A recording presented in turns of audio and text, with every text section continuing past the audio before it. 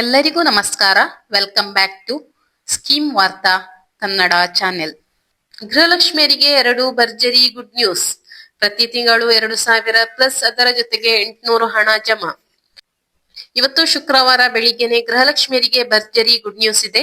ಹೌದು, ಪ್ರತಿ ತಿಂಗಳು 2,000 ಹಣವನ್ನ ಗೃಹಲಕ್ಷ್ಮಿ ಫಲಾನುಭವಿಗಳು ಪಡೆಯುತ್ತಿದ್ದಾರೆ. ಅದರ ಜೊತೆಗೆ 800 ರೂಪಾಯಿಗಳು ಎಕ್ಸ್ಟ್ರಾ ಪಡೆಯುತ್ತೀರಾ. ಹೌದು, 2,000 ಮತ್ತೆ 800 ಒಟ್ಟಿಗೆ ನಿಮಗೆ ಬರುತ್ತೆ. ಇದರ ಬಗ್ಗೆ ಸಂಪೂರ್ಣ ಮಾಹಿತಿ ಬೇಕು ಅಂತ ಹೇಳಿದ್ಲೆ ಬೇಕಾದ್ರೆ ನೀವು ಈಗಲೇ ಸ್ಕೀಮ್ ವಾರ್ತಾ ಚಾನೆಲ್ ಅನ್ನ ಸಬ್ಸ್ಕ್ರೈಬ್ ಮಾಡಿ.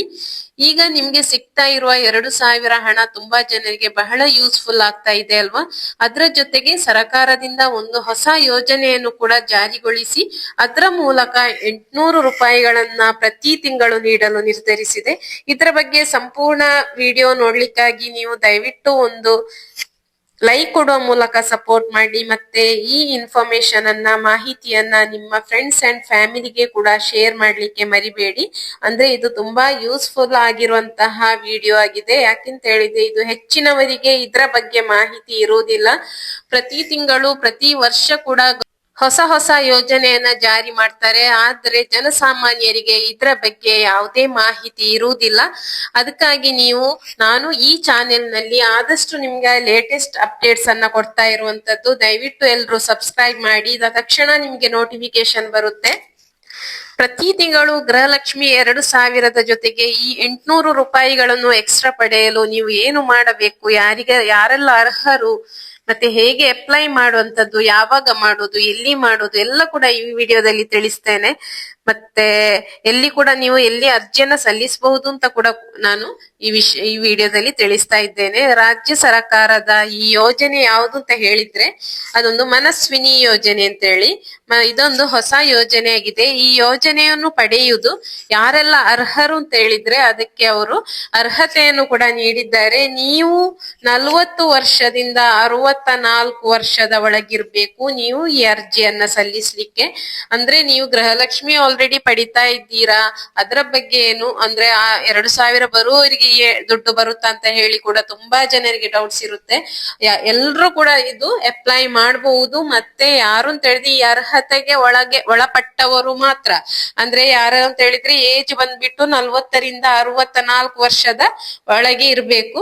ಮತ್ತೆ ಯಾರೆಲ್ಲ ಮದುವೆ ಆಗ್ಲಿಲ್ಲ ಅವರು ಇದಕ್ಕೆ ಅಪ್ಲೈ ಮಾಡಬಹುದು. ಅಂದ್ರೆ ತುಂಬಾ ಜನರು ಮದುವೆ ಆಗದೆ ಸಿಂಗಲ್ ಆಗಿರ್ತಾರಲ್ಲ, ಅಂತ ಮಹಿಳೆಯರು ಇದಕ್ಕೆ ಅರ್ಜಿಯನ್ನ ಸಲ್ಲಿಸಬಹುದು. ಇಲ್ಲ ಅಂತ ಹೇಳಿದ್ರೆ ಮದುವೆ ಆಗಿ ಅವರ ಗಂಡ ಏನಾದ್ರು ಮರಣ ಹೊಂದಿದ್ರೆ, ಅವರು ವಿಧವೆ ಆಗಿದ್ರೆ ಅವರಿಗೆ ವಿಧವಾ ವೇತನದ ಜೊತೆಗೆ ಈ ಮನಸ್ವಿನಿ ಯೋಜನೆಯನ್ನು ಕೂಡ ಪಡೆಯಬಹುದು. ಅವರು ಕೂಡ ಇದಕ್ಕೆ ಅರ್ಜಿಯನ್ನ ಸಲ್ಲಿಸಬಹುದು. ಇನ್ನು ಬಂದ್ಬಿಟ್ಟು ಅದಕ್ಕೆ ಡಾಕ್ಯುಮೆಂಟ್ ಅಂತ ಹೇಳಿ ತುಂಬಾ ಅಲೆದಾಡುವಂತ ಅವಶ್ಯಕತೆ ಇಲ್ಲ. ಅದಕ್ಕೆ ಆಧಾರ್ ಕಾರ್ಡ್ ಅಂದ್ರೆ ನಿಮ್ಮ ಅಡ್ರೆಸ್ ಪ್ರೂಫ್ ಏನಿದೆ ಅದು ಮಾತ್ರ ಕೊಟ್ರೆ ಸಾಕಾಗ್ತದೆ.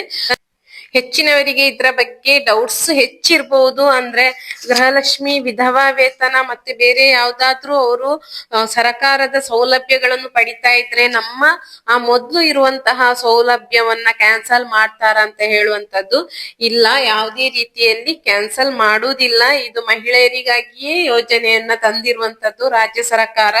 ಯಾಕೆಂತ ಹೇಳಿದ್ರೆ ಮಹಿಳೆಯರು ಸಬಲರಾಗ್ಬೇಕು, ಯಾರನ್ನು ಕೂಡ ಡಿಪೆಂಡ್ ಆಗಿ ಅವರ ಜೀವನಕ್ಕೆ ಯಾರನ್ನು ಕೂಡ ಡಿಪೆಂಡ್ ಆಗ್ಬಾರ್ದು ಅಂತ ಹೇಳುವಂತಹ ಒಂದು ಮಹಿಳೆಯರಿಗಾಗಿಯೇ ಬೇಕಾಗಿ ಮಾಡುವಂತಹ ಯೋಜನೆ ಆಗಿದೆ.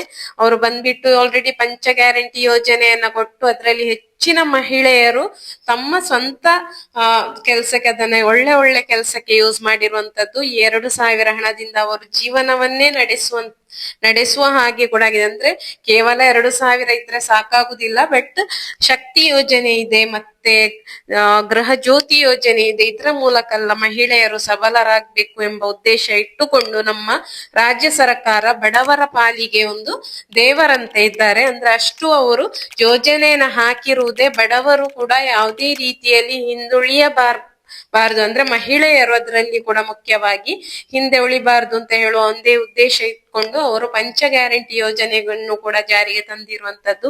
ಇವಾಗ ಇದು ಮನಸ್ವಿನಿ ಯೋಜನೆ ಕೂಡ ಹಾಗೆ, ಇದು ಕೂಡ ಹಾಗೆ. ಅಂದ್ರೆ ಈ ಯೋಜನೆ ನೀವು ಆಲ್ರೆಡಿ ಗೊತ್ತಿರಬಹುದು. ಹೇಗೆ ಅಂತ ನಾನು ಆಲ್ರೆಡಿ ಹೇಳಿದ್ದೇನೆ. 40ರಿಂದ 64 ವರ್ಷದವರೆಗೆ ಏಜ್ ಲಿಮಿಟ್ ಇರ್ಬೇಕು. ಮತ್ತೆ ಮದ್ವೆ ಆಗದವರು ಅಪ್ಲೈ ಮಾಡಬಹುದು. ಮದ್ವೆ ಆಗಿ ಗಂಡ ಮರಣ ಹೊಂದಿದವರು, ವಿಧವೆ ಯಾರಿರ್ತಾರ ಅವರು ಕೂಡ ಇದಕ್ಕೆ ಅಪ್ಲೈ ಮಾಡಬಹುದು. ಇದು ನಿಮ್ಮ ಕರ್ನಾಟಕದಲ್ಲಿ ನೀವು ಎಲ್ಲಿ ಕೂಡ ಅಪ್ಲೈ ಮಾಡಬಹುದು. ಗ್ರಾಮ 1, ಕರ್ನಾಟಕ 1 ಎಲ್ಲಾ ಕಡೆ ಕೂಡ ನಿಮಗೆ ಈ ಮನಸ್ವಿನಿ ಯೋಜನೆಯನ್ನ ನೀವು ಅಪ್ಲೈ ಮಾಡಬಹುದು. ಮತ್ತೆ ಅದೇ ರೀತಿಯಲ್ಲಿ ಅದಕ್ಕೆ ಡಾಕ್ಯುಮೆಂಟ್ ನೀವು ಯಾವುದೇ ರೀತಿ ಕೊಡುವಂತ ಅವಶ್ಯಕತೆ ಇಲ್ಲ. ಆಧಾರ್ ಕಾರ್ಡ್ ಒಂದು, ಅಂದ್ರೆ ನಿಮ್ಮದು ವಿಳಾಸ ಅಂದ್ರೆ ಅಡ್ರೆಸ್ ಅದೊಂದು ಪ್ರೂಫ್ ಇದ್ರೆ ಸಾಕಾಗ್ತದೆ. ನೀವು ಎಲ್ರು ಕೂಡ ಅಪ್ಲೈ ಮಾಡಬಹುದು. ಯಾರು ಅರ್ಹತೆಯನ್ನು ಹೊಂದಿದ್ದೀರೋ ಅವರೆಲ್ಲ ಅಪ್ಲೈ ಮಾಡಬಹುದು. ಮತ್ತೆ ಗೃಹಲಕ್ಷ್ಮಿ 24ನೇ ಕಂತು ಈಗ ಇವತ್ತು ಕೂಡ ಎಲ್ಲಾ ಫಲಾನುಭವಿಗಳ ಅಕೌಂಟಿಗೆ ಬರ್ತಾ ಇದೆ. ತುಂಬಾ ಜಿಲ್ಲೆಗೆ 24ನೇ ಕಂತು ಆಲ್ರೆಡಿ ಬಂದಿದೆ. ಅಂದ್ರೆ ಚಿಕ್ಕಬಳ್ಳಾಪುರ, ತುಮಕೂರು, ಚಿತ್ರದುರ್ಗ, ಬೆಂಗಳೂರು ದಕ್ಷಿಣ, ಬೆಂಗಳೂರು ನಗರ, ಗ್ರಾಮಾಂತರ, ರಾಮನಗರ, ಶಿವಮೊಗ್ಗ, ತುಮಕೂರು, ಉತ್ತರ ಕನ್ನಡ, ಉಡುಪಿ, ಮ್ಯಾಂಗ್ಳೂರ್ ಹೀಗೆ ಎಲ್ಲಾ ಕಡೆ ಕೂಡ ಗೃಹಲಕ್ಷ್ಮಿ ಹಣ ಜಮಾ ಆಗ್ತಾ ಉಂಟು. ಇನ್ನೂ ಒಂದು ವಾರದ ಒಳಗಡೆ ಎಲ್ಲ ಅಂದ್ರೆ 1,25,00,000 ಏನಿದ್ದಾರ ಅಷ್ಟು ಜನರ ಅಕೌಂಟಿಗೆ ಕೂಡ ಬರುತ್ತೆ. ಯಾರು ವರಿ ಮಾಡುವಂತ ಅವಶ್ಯಕತೆ ಇಲ್ಲ. ಇವತ್ತಿನ ವಿಡಿಯೋ ಇಷ್ಟೇ ಇರುವಂತದ್ದು. ಇನ್ನು ಲೇಟೆಸ್ಟ್ ಅಪ್ಡೇಟ್ಸ್ ಅನ್ನ ಈ ವಿಡಿಯೋದಲ್ಲಿ ಹಾಕ್ತಾ ಇರ್ತೇನೆ. ಸೊ ಎಲ್ರು ಕೂಡ ಸಬ್ಸ್ಕ್ರೈಬ್ ಮಾಡಿ. ಸಬ್ಸ್ಕ್ರೈಬ್ ಮಾಡದೆ ಹೆಚ್ಚಿನವ್ರು ನೋಡ್ತಾ ಇದ್ದೀರಾ, ದಯವಿಟ್ಟು ಸಬ್ಸ್ಕ್ರೈಬ್ ಮಾಡಿ. ವಿಡಿಯೋ ನೋಡಿದಕ್ಕಾಗಿ ಎಲ್ರಿಗೂ ಧನ್ಯವಾದಗಳು. Thank you for watching.